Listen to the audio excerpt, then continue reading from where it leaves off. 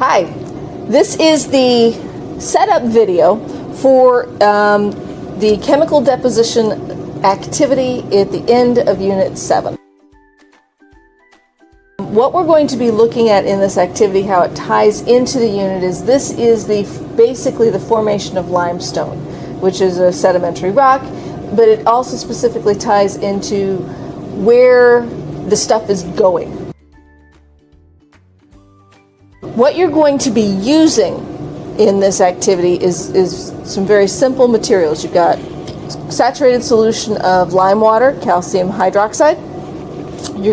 The kit that you got has these cups and straws in it.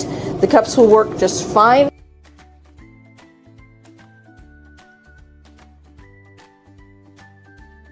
So what we're going to do now is we're going to work through this activity so that you can see how it works. The key thing you need to know is the students are going to be making observations at given time intervals. The chart is set up in 1-minute intervals, and they're going to be looking at the consistency of the lime water as they blow through it. Set up here. And I'm going to go ahead and use the Erlenmeyer flask so that you can see it more clearly than you could through the cup. But you can see it. The kids can see it through the cup, especially if you have them set it on something dark. You can start decant. You're going to start by decanting the concentrated calcium hydroxide into a container. Again, you don't want a whole lot, but you need enough that they can see. Calcium hydroxide is not perfectly clear, but it's clear enough that you're going to be able to see it. You're going to have them make observations at time 0 and then start blowing. Okay? So here we go.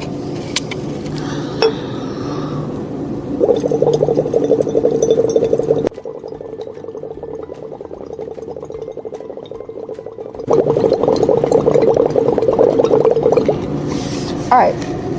So after 1 minute, you can already start to see that it is definitely starting to get more milky.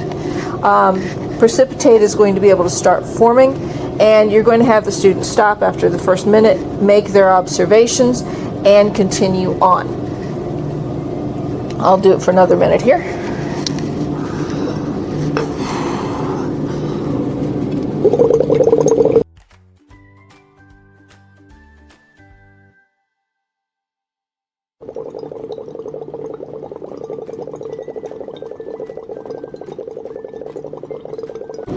You're going to have them keep doing this and making observations for, we have set an estimate of 4 minutes for the first round, allowing it to settle, and then for another 4 minutes to see if you can get it to start disappearing.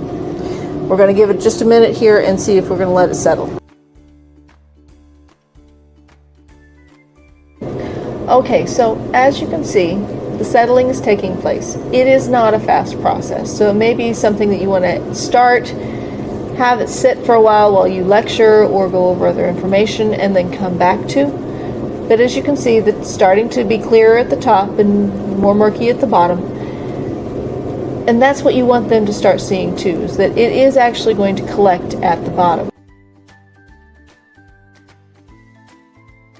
So, after you have them do the settling, and you have them make their observations, and you have them start blowing again, you're going to watch for the cloudiness to start to decrease. And it will. As you can see here, the cloudiness here is starting to decrease. It's not as opaque as it was earlier. I've been working on this activity for myself, doing the blowing for both sections for, well, close to 10 minutes now. And I'm getting a little lightheaded. So just do be warned.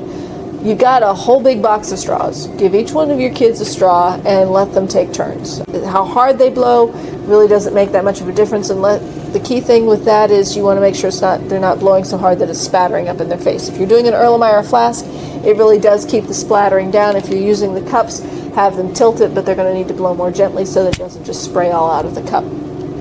So that's how it works. That's the general process. There's going to be analysis questions that they're going to look at, and they're going to just again, looking at how that process is happening and how it all ties back to stuff we've learned in Unit 4 with ocean acidification, as well as with deposition. Have fun with it, and hope it works well for you.